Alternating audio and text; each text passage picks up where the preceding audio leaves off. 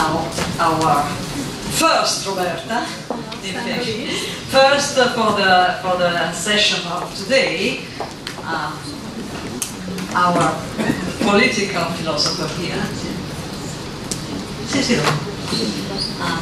Okay.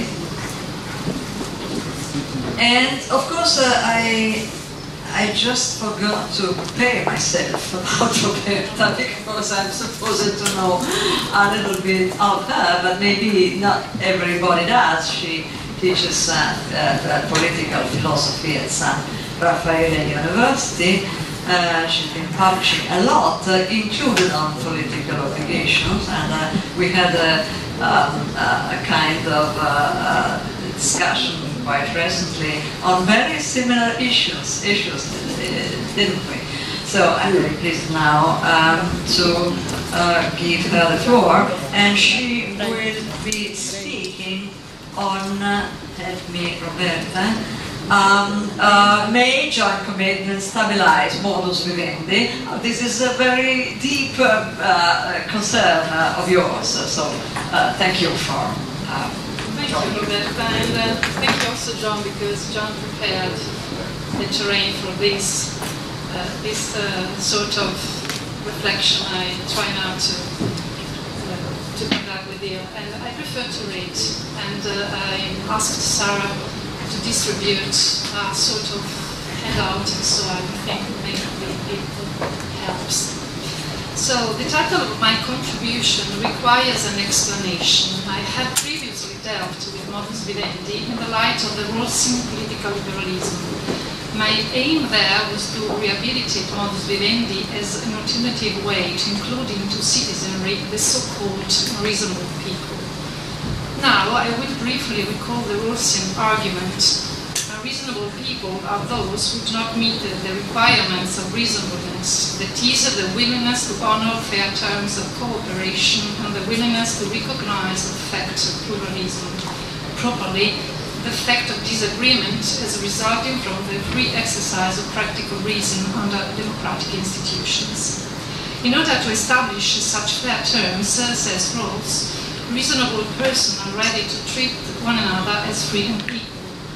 Conversely, unreasonable people are those who do not take others to be politically free and equally deserving of fair terms of social cooperation. They are unreasonable insofar as they do not spoil the basic ideas of reciprocity and fairness. Against them, Rawls defends a strategy of toleration as forbearance as long as they do not menace the social order. When they should threaten to do so, coercion should be adopted to restrict their freedom. Nonetheless, he trusts that the benefits of living under liberal institutions will enable those people to come to support those same institutions, at first by a modus vivendi, then transforming it into an overlapping consensus. The Rawlsian idea is that unreasonable people, when they are not overtly intolerable, will become reasonable by virtue of living peacefully with reasonable people. Hence, they may be called reasonable to be, instead of definitely unreasonable. Beyond Rawls, my intent was to develop an alternative way to include a special group of unreasonable people into the citizenry. I call them not reasonable to distinguish them from both the dangerously unreasonable and from the reasonable to be. I tried to argue for their inclusion given that A. Not all the people whom Rawls calls unreasonable represent a threat to social order. B. Not all the unreasonable people who transform or are willing to transform or are ready to transform themselves into reasonable people. That is, not all those people are reasonable to be. C. There is a third subset of unreasonable that I call non-reasonable. They do not meet all the requirements of reasonableness, but only one, since they are ready to cooperate, although not in fair terms.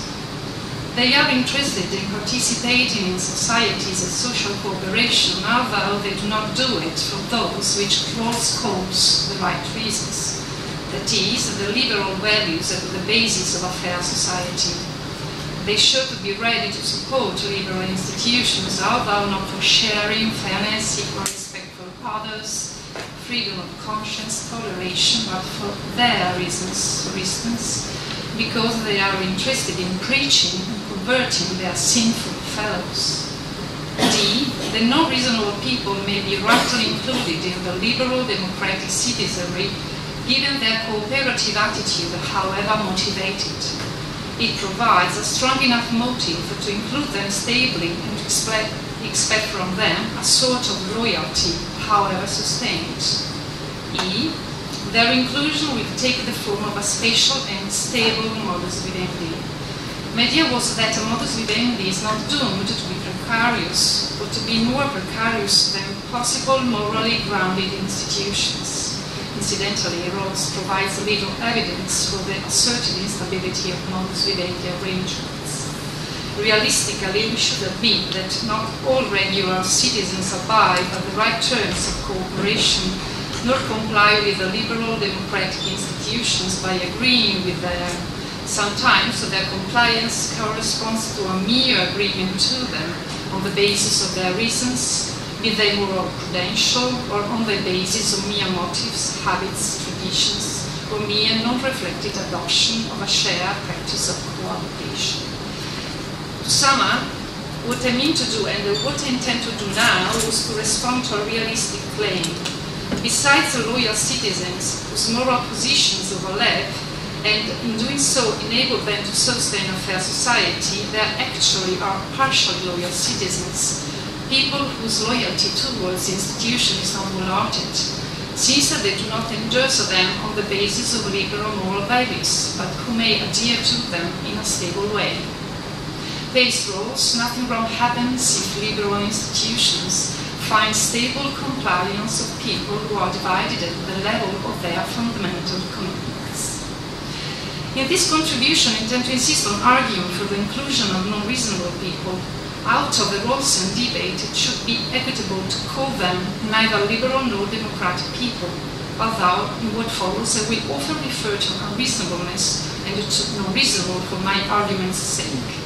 My current aim is to explore further how fair society may be supported by people whose adherence to liberal institutions contribute to their own legitimation, hence to social stability, despite their disagreement on basic values of social coexistence. Taking realism seriously, my intent is to probe a possible legitimation through joint commitment in the circumstances in which liberal institutions are not and will not be endorsed. Possibly, institutional arrangements prove to be legitimate since they obtain compliance from citizens, independently of her specific reasons or motivation.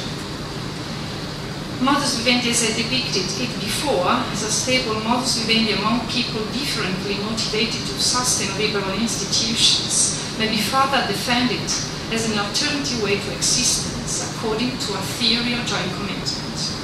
I foresee the strongest objection to this realist approach of legitimation. So conceived, the legitimation seems a mere description of a matter of fact, something like a contingent acquirement. On the contrary, legitimation should play as justification. Institutions require wholehearted endorsement to be properly justified. This means that citizens find more shared reasons to comply with them, it has to obey the law. In case of a realistic approach of legitimation, it is objected. Factual adherence counts at the present, but it may dramatically change in the future. What kind of normativity might this fact imply? How could the mere fact of compliance play a normative role in defending social order? The contingent acceptance is the weaker source for a workable account of stability. Hence, there should be place for a higher level of legitimation that is of a strongly normative one. In reply to this objection, I will hold that joint commitment is not to be claimed as a substitute of moral arguments or whatever further motives and motivations to defend social order as a legitimate and stable one. It is just an alternative argument to sustain the notion of legitimate social stability without appealing to external, mostly moral sources of the mere circumstances of cohabitation. In this sense, we define the idea of modus vivendi as corresponding to an enlarged practice of public exchange. I will return on this notion of practice later, that is hospitable to various kinds of reasons and motives which do not necessarily refer to liberalism as it was. Having unveiled my aim, I focus on the above objection to realistic approach to legitimation. Then I will adopt a joint commitment theory to uphold a realistic approach of legitimation based on modus vivendi. I divide the above objection into two parts. First, the first one insists on questioning the normative strength of such a kind of realistic approach, being responsive to the fact of non-reasonableness, the mere fact of pluralism according to Rawls, seems to large concession to experience, that is to factuality or matters of fact. The second objection deals with the very tasks of liberal theory. Why should liberalism make the effort to justify itself in face of neither liberal nor democratic people? To put it differently, why should liberal theory attempt to attract people who are not interested in being or becoming liberal? This objection is a well-known one. The justificatory work of liberal theory, it is often emphasized, should not be addressed to those people who do not take basic liberal values for granted.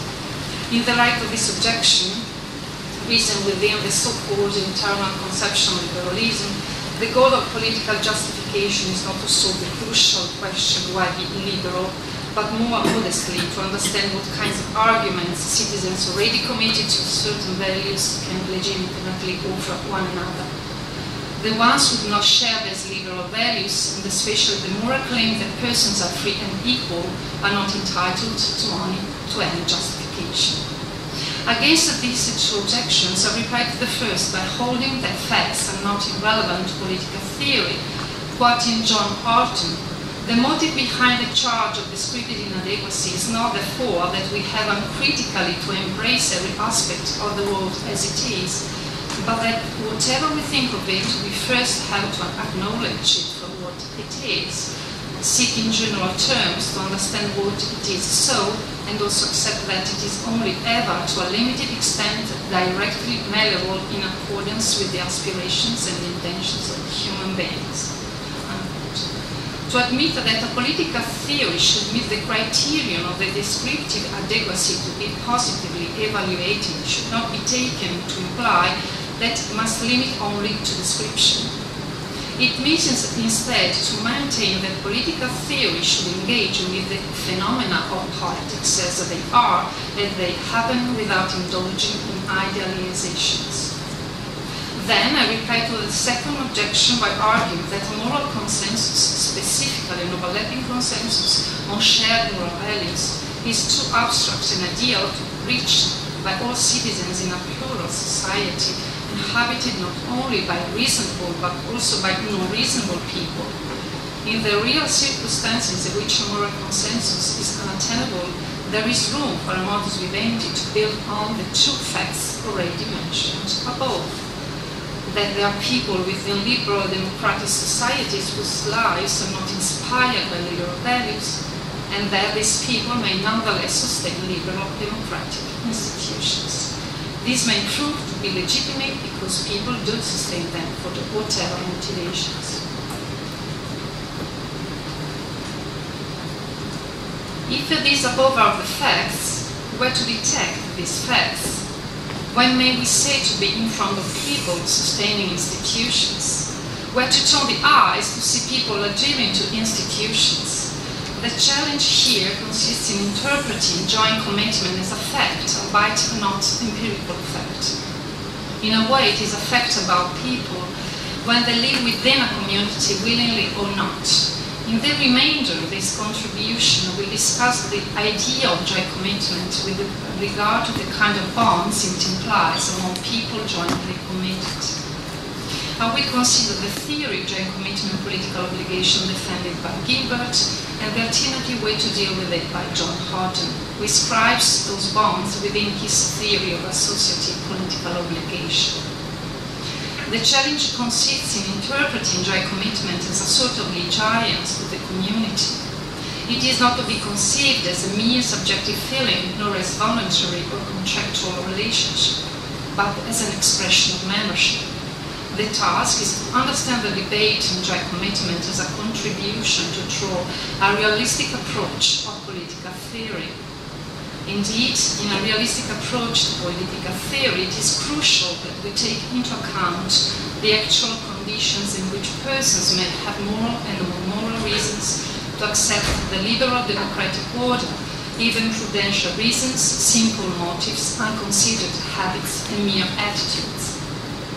To acknowledge the relevance of facts for political theory should be the first step in designing feasible institutions in a pluralist horizon. It is to say, indeed, there is not only one account of legitimation, but, to quote David McCabe, a multivalent account of it. I intend now to address the above challenge as follows. I will sketch out Margaret Gilbert's account of political obligation, especially for its being connected to joint commitment. Then I will depict the objection reasoned by John Harton with a specific regard to normativity. Harton's idea of associative political obligation may help to revise and hopefully strengthen the notion of joint commitment. I will do some tentative reflections about the relationship among stability, legitimation, and political compliance. Modus vivendi will be back again as a name for a way to be involved and not cursed in a social enterprise, more or less willingly, generally aiming at a peaceful coexistence. I start by recalling the general meaning of political obligation according to Harton's account and quoting his words, but maybe it is not useful now because we have already listened to this definition. You prefer? Yes. I go, oh, sorry. Quote. The cluster of questions and issues with which it is concerned lie at the heart of political life and have done so with greater or lesser urgency and self-consciousness, for as long as people have reflected on their relationship to the political community that claims them as members. The problem of political obligation is about how these relationships to be understood and what, if anything, it implies about the responsibilities we have to our political community, unquote.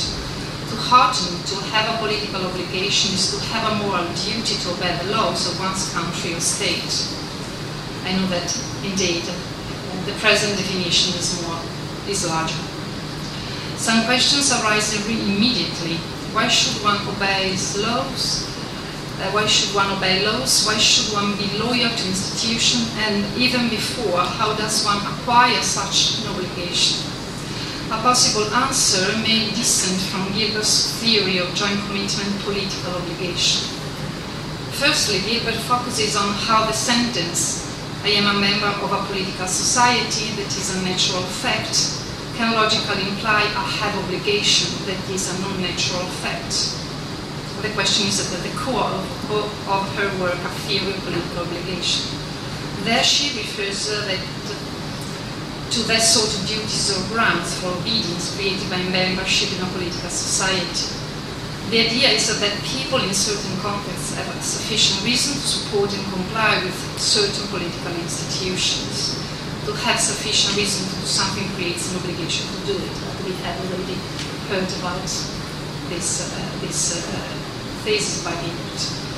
Gilbert further details her idea of political obligation. First, it is not to be referred to a voluntary or a contractual relationship. In turn, joint commitment does not rely on any agreement, be it voluntary or tacit or implicit. Gilbert emphasizes that her account is not singularist. The concept of joint commitment stands outside the singularist conceptual scheme. Second, put the agreement hypothesis aside, the mutual expression of readiness to engage in a joint activity is to be understood as a common knowledge between the parties. Political obligation may be said the product of expressions of readiness for joint commitment in condition of common knowledge. Common knowledge is a fact out in the open between them.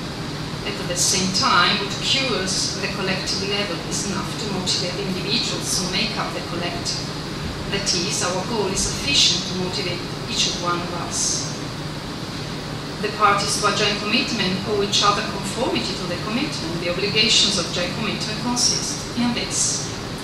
Third, the obligations of joint commitments are not moral requirements. They do not count as moral obligations. A joint commitment obliges by virtue of its structure, that is, by virtue of jointness. This binds the parties together, subsuming them under one and the same commitment. Hence, both the idea of bond is something that unifies and the idea of bond in the sense of something that constrains find an explanation in the idea of a joint commitment which both unifies the parties and obliges one to another. To be morally required to perform an action is another thing than to owe a person an action. Gilbert insists on excluding that her proposal is an immoral approach to political obligations. Political obligation is again at the core of the recent work that we are discussing about. Here Gilbert refers to the problem of instability of the contract or agreements thesis. Unlike the defenders of this approach, Gilbert holds that it is not necessary for a social unity that people have made any contract or agreement. Indeed, that this agreement is stable or enduring can only be said as it may be. Gilbert here again speaks of the commitment implied in working together, and we already know this argument. Focusing then on political institutions, members of a political society are obligated to uphold them by virtue of their membership of the society. That membership is a matter of participation in a joint commitment to accept together with other members the political institutions in question. Gilbert faces two further questions. How may a joint commitment, as it produces social unity, be encouraged? How to encourage people to express their readiness to participate in a particular joint commitment? These questions are those that mainly concern myself. Whether she gives me satisfactory answers is what I'm going to explore. To discuss Gilbert's position, I avail myself of Horton's critique to it, as conversely it investigates the moral dimension of political commitment. Specifically, Horton criticizes Gilbert's position as the main difference between their mutual positions consists in the moral dimension of political obligation. In Horton's account of political obligation, the relevant idea is that there is some sort of moral relationship that holds by virtue of membership of a polity, which members mostly do not voluntarily choose to join. To defend his moral-laden account of political obligation, Horton remarks that the weakness of the joint commitment obligation is exemplified by working together. Horton emphasizes that a commitment to institutions is not the same commitment to work together. It does not mean to reject the idea that, in some sense, members of a polity can be understood as a plural subject, as a we. What is hard to see is how this has come about and what it commits someone to it.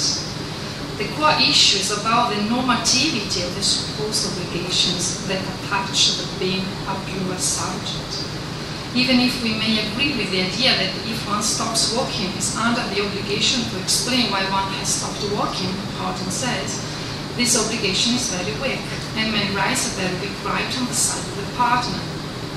In the light of this observation, the normative status of political obligations is puzzling, especially if they are not understood as moral. If political obligations are deprived of any moral dimension, the force of what makes this compelling remains obscure. I have just 5 minutes. I'm ordering myself. You've got 10 more minutes. Okay, that's why I try to Please, control. relax. Horton account of political obligation, although it shares some aspects of Gilbert's one, like the emphasis on membership and association, tries to capture the normativity implied by being members of the same community.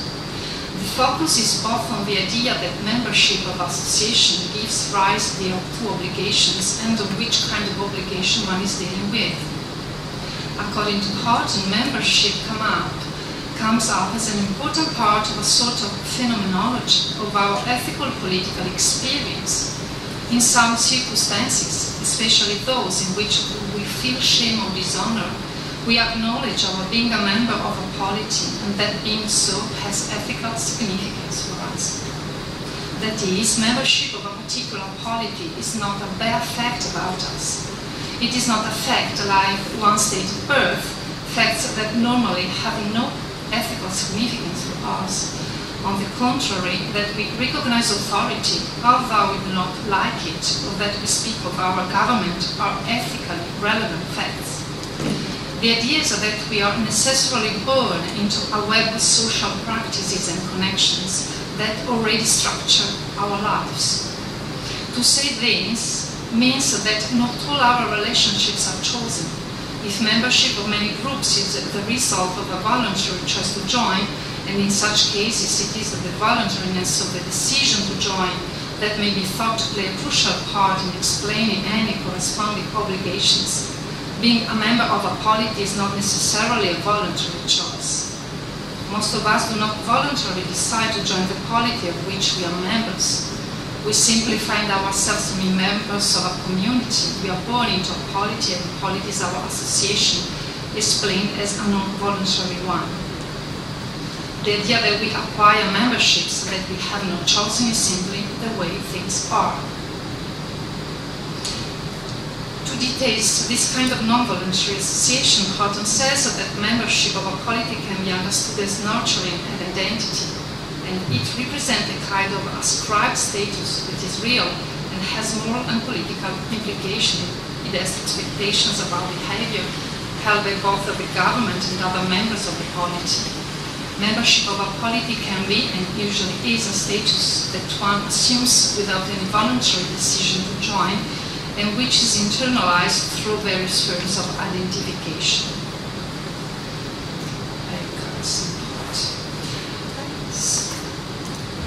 You have more 8 minutes. Okay, please, stop me. This point is central and requires further explanation. The idea is to stress that membership of a polity is neither a natural fact, as being born in a family, nor a voluntary fact, as joining a group through agreement. Political membership is neither a purely objective matter nor a purely subjective one. Membership and obligations of membership are not the outcome of a voluntary choice. Hence, recognition is not the source of political obligation. Membership, the associative relationship, exists independently of acts of acceptance or rejection of it. Said best, ascribed identity needs to be acknowledged by each member. This will involve at least a minimal sense of belonging to or identification with the polity on the part of the member.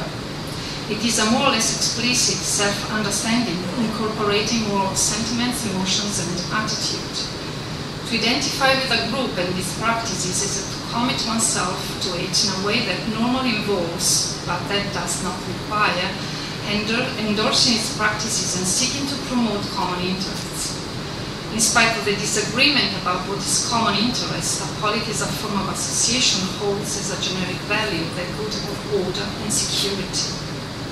This conclusion permits to avoid a reductionist account of political obligation and to identify an independent source of normativity. I am back now to my original aim to strengthen modus vivendi.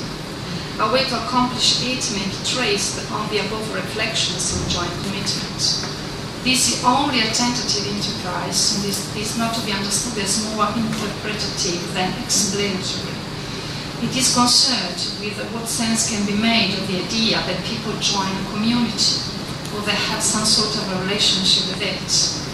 The quest is about what kind of obligation the non-reasonable people mentioned above may feel in front of a fair society, in spite of their, so to speak, inability to share its constitutional essentials.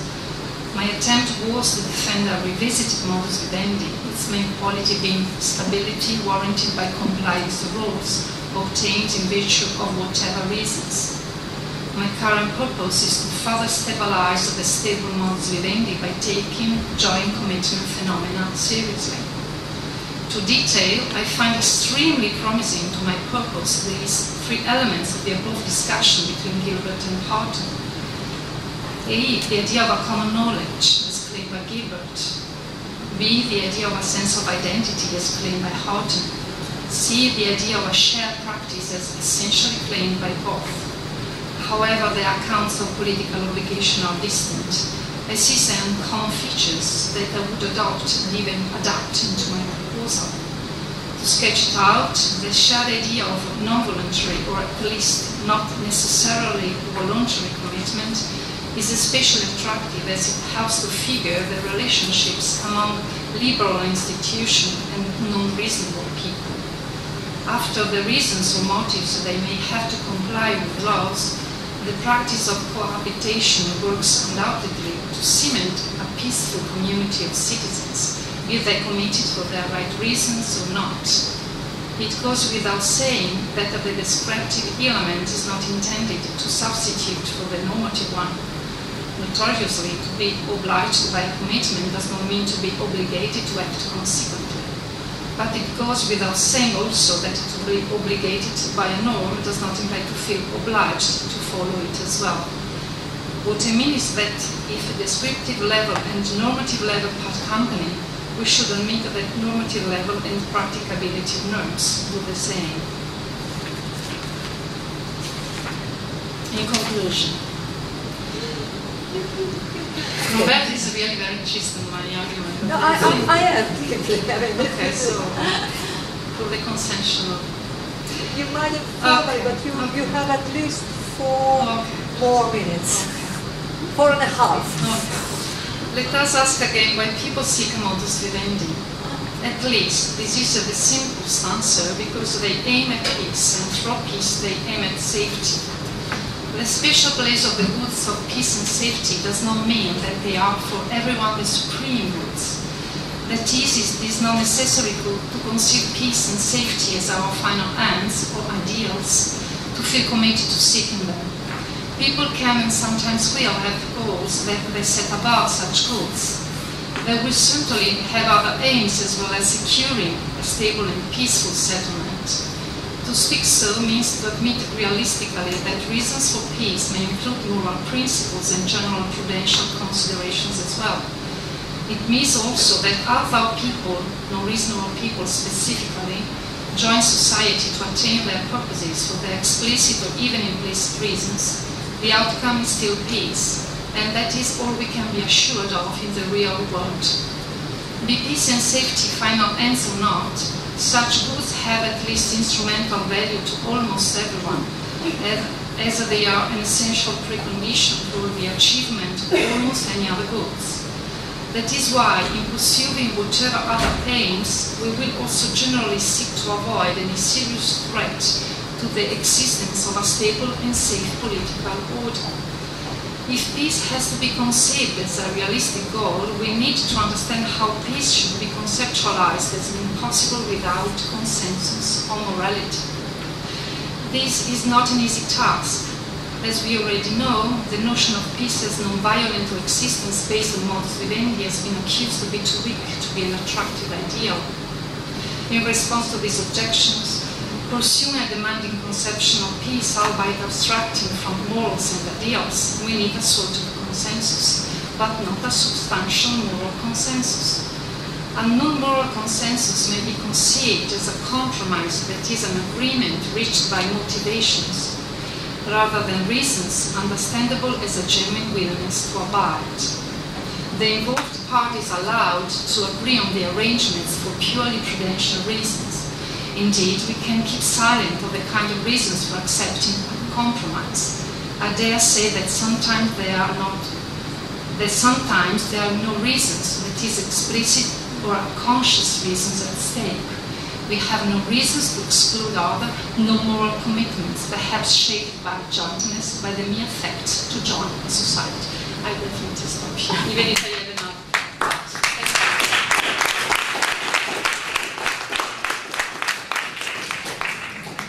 So, first of all, and before opening discussion, let me thank Roberta for having accepted to compact her thought, which, in my opinion, would have deserved fuller time, out of reasons of hospitality, and I find it very, very nice.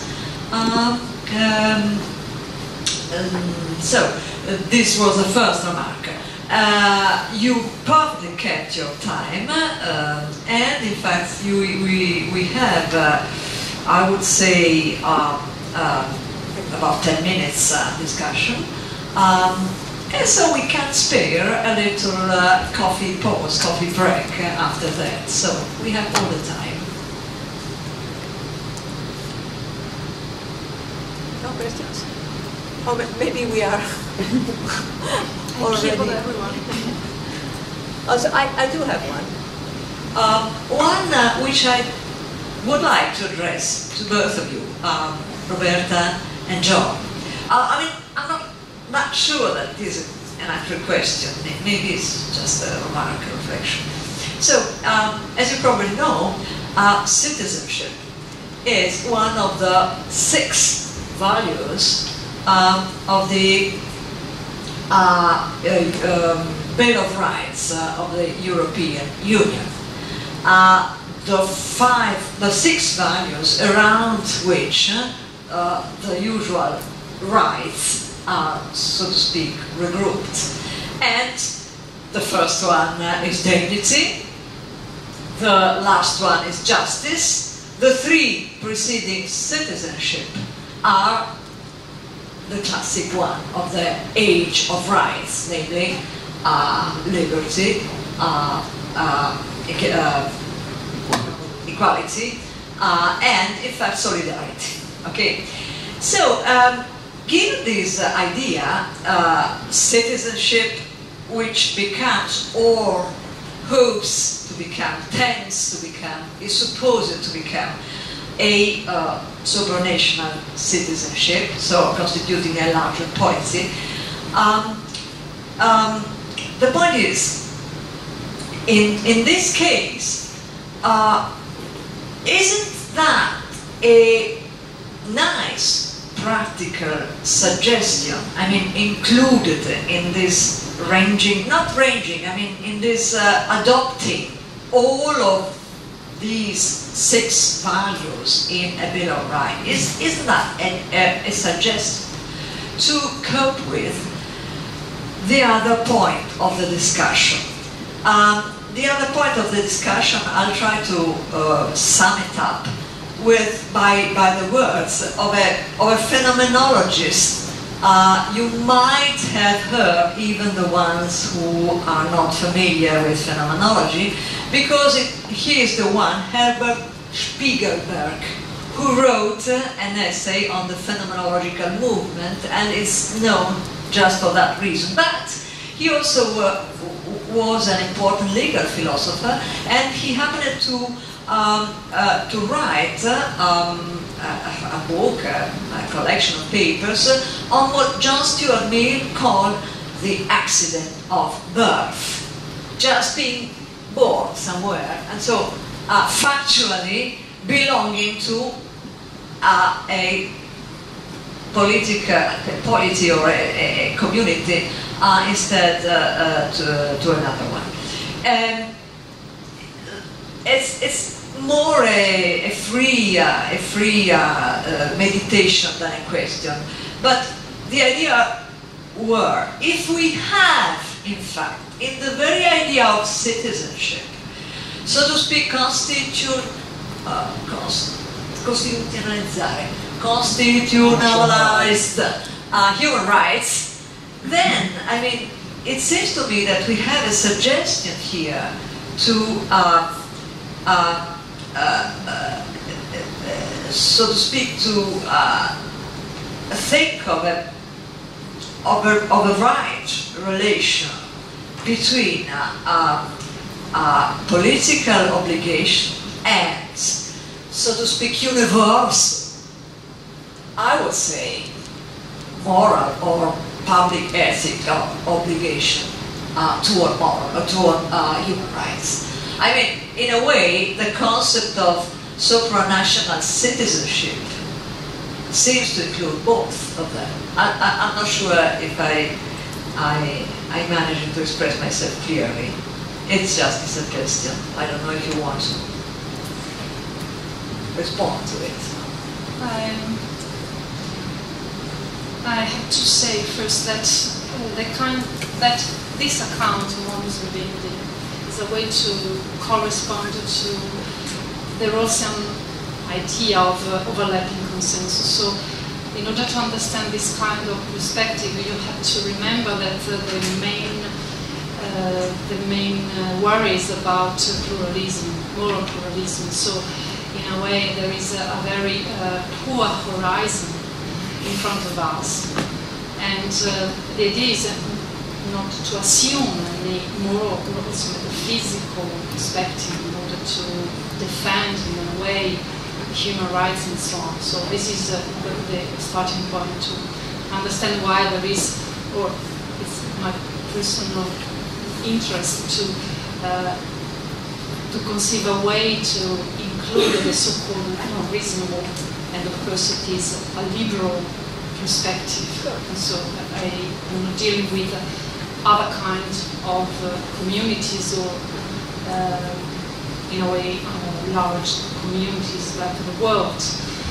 The legacy is Kantian in a way. So the idea of the contingency of birth is the Kantian idea that we can read in Ritual of Peace. The sphericity of the world is a way to say that our birth is in a way contingent. I'm sorry, but isn't Europe a polity in a way of being constituted? So, I mean, this was a dynamic idea that, I mean, it's maybe not yet there, but should be there in a way, but this should is, so to speak, politically enforced by several groups, forces. Yes. Okay, so in that sense it seems to be practically to overcome the discussion at issue, or about in the Europe. yes, about, it is another level of the discourse, okay. Because in this case the problem is how to justify liberalism, and so the commitment is how to defend liberal values without assuming a shared morality, a shared liberal morals. This is the fact and the starting point of the idea of speak about modus vivendi. It is a kind of, in a way, very weak substitute of overlapping consensus, because overlapping consensus deals with a morality that is not a real shared assumption in our existence. no, Of this course, is we can try to go on and to think about how Europe can be strengthened. Europe was just an example of a larger community which pretends to be, anyway, a new democracy. So, a new citizenship, I mean, overstatewide in a way. Sorry, Roberta. Just a point of clarification. Probably I did not manage to get your whole point.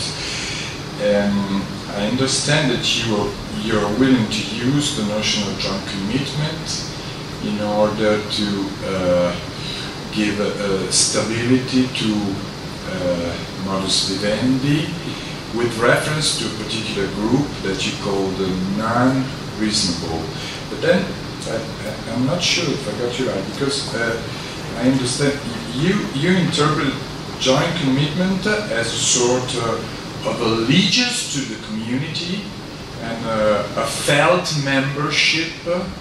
Did I get you right? So that these people, if these people are non-reasonable, how can they feel this sort of membership and feel this sort of allegiance to the community?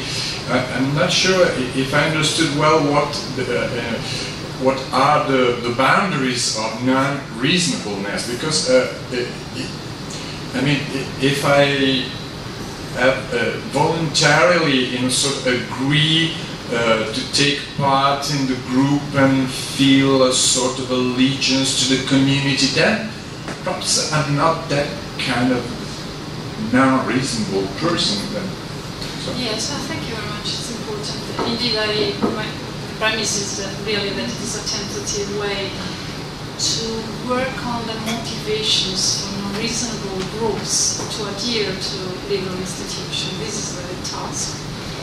So in my previous work, I tried to understand where we can ground the possibility for the so-called non-reasonable to adhere legal institutions. And when I speak about non-reasonable, I mention a subset of the so-called unreasonable, the rules and terms.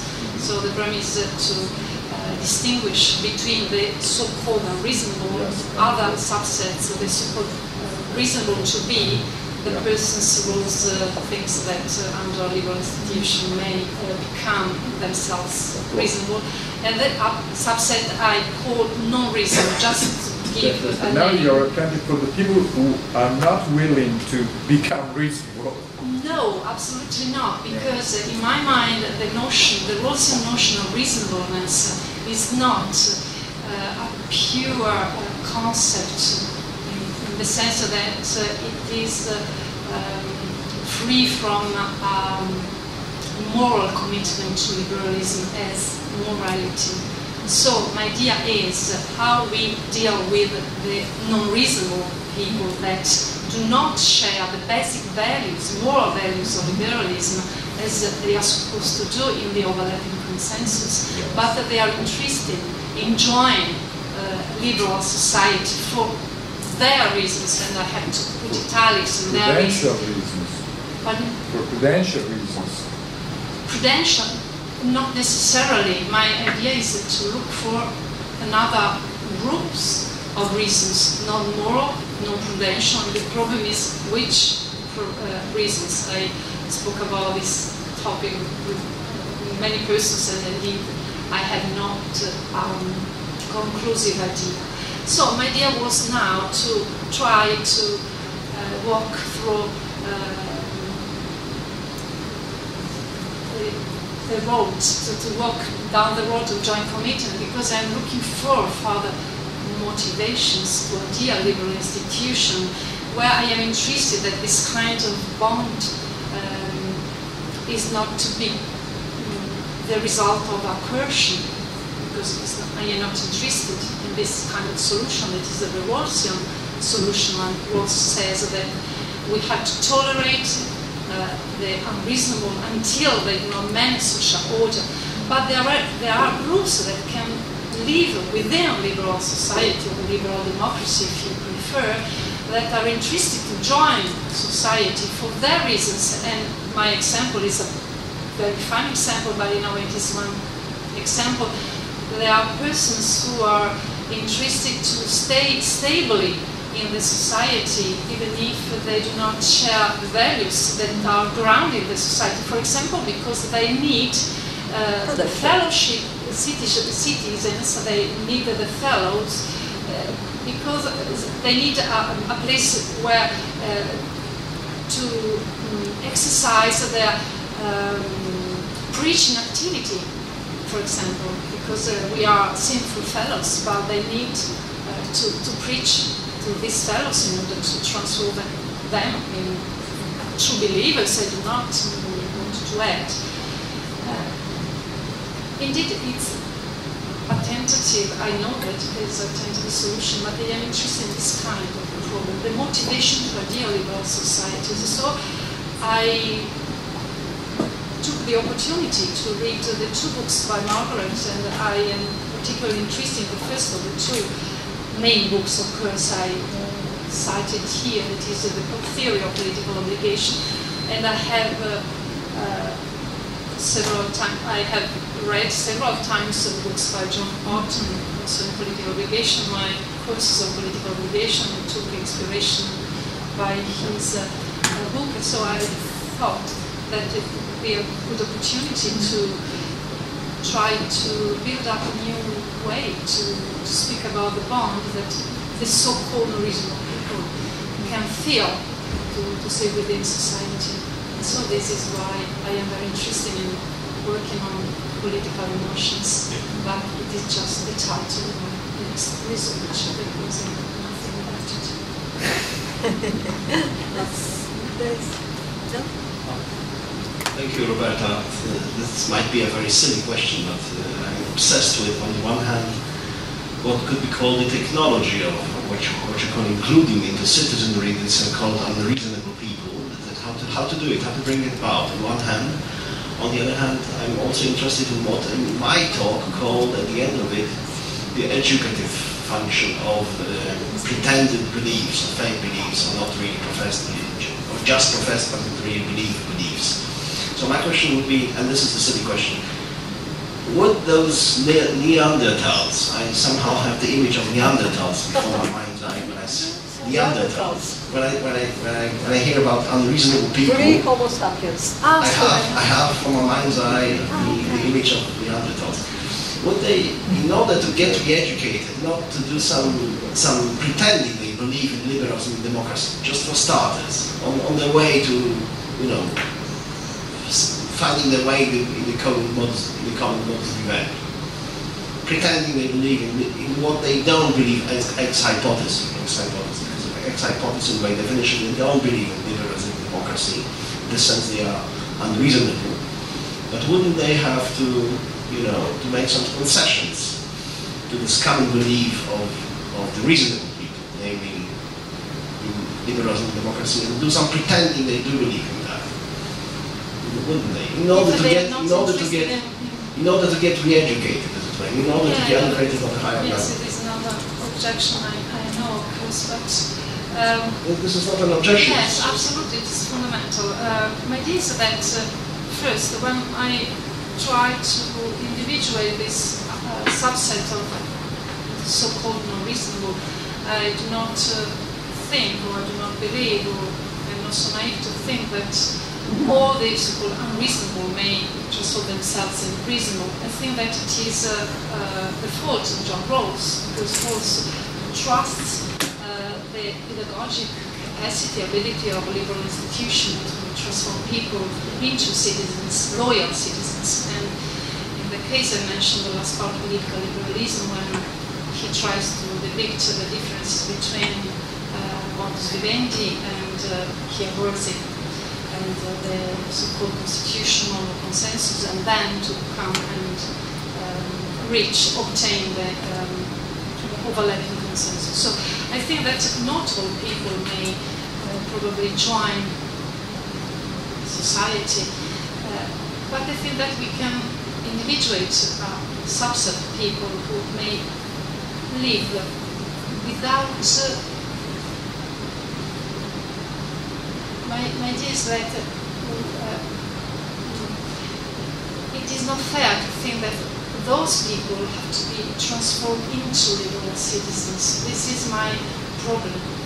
I don't know if you know the literature I generally read, but there is the discussion about this topic, the discussion that was conducted by Jonathan Kwong and McKelly McPherson. I don't know if you know these contributions. Anyway, the problem was to distinguish between political reasonable and philosophical unreasonable. So in a way it is the effort to conceive of people that can be